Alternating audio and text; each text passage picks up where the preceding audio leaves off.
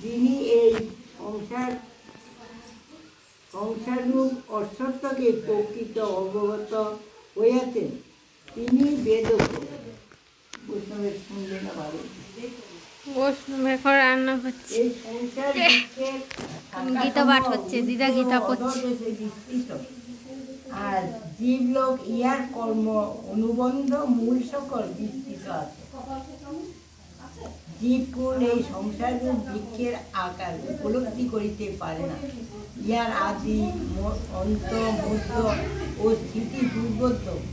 জ্ঞানী ব্যক্তিগণ অনাসক্তি রূপ অস্ত্রের সাহায্যে এর সুদৃঢ় মূলোচ্ছেদ করিয়া ব্রহ্মকে জানিতে পারে। ইহাদের আর ফিরিয়া আসিতে হয় না। সকল প্রকৃতির উৎসস্বরূপ সেই পরম পদে মতি সমর্পণ করে। যারা অভিমান ও মোহ ত্যাগ করিয়াছেন, যাহারা অনাসক্ত আত্মা জ্ঞানময়, কামনাহীন, যাহারা শীত গ্রীষ্ম সুখ দুঃখ স্বরূপ দ্বন্দ্ব যুক্তহীন, তাহারাই একমাত্র পরম পদ লাভ করিয়া থাকেন।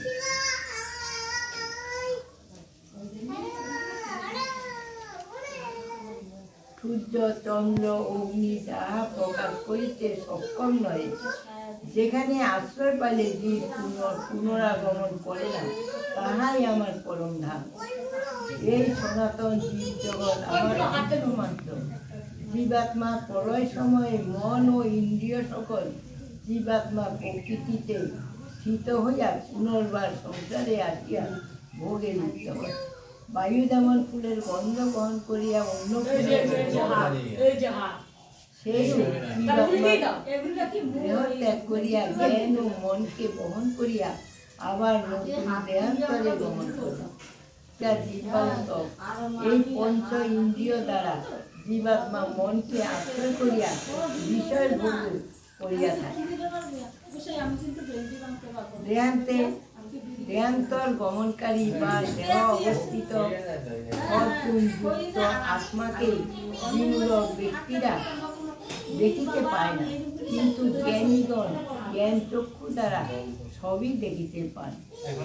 যোগীগণ ধ্যান যোগের সাহায্যে দেহস্থিত জীবাত্মাকে দর্শন করেন, কিন্তু আত্মা জ্ঞান শূন্য মূঢ়গণ শত চেষ্টাতেও ইহাকে দেখিতে পায় না। সূর্য চন্দ্র এবং অগ্নি যে তেজ এই জগতে পরিব্যাপ্ত, সেই তেজও আমার বলিয়া জানিব। আমি আপন শক্তির সাহায্যে পৃথিবীতে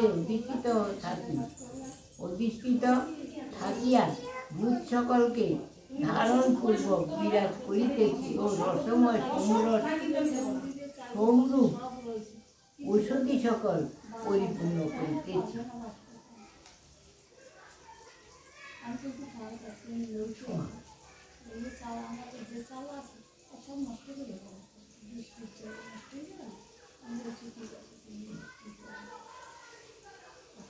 বৈষ্ণব রূপে আমি সর্বজীবের দেহে আশ্রয়পূর্বক প্রাণ ও অপান বায়ু যুক্ত হইয়া সর্বচস্য লেজ্জ প্রেয় এই চারি প্রকার অন্ন পরিপাক করি।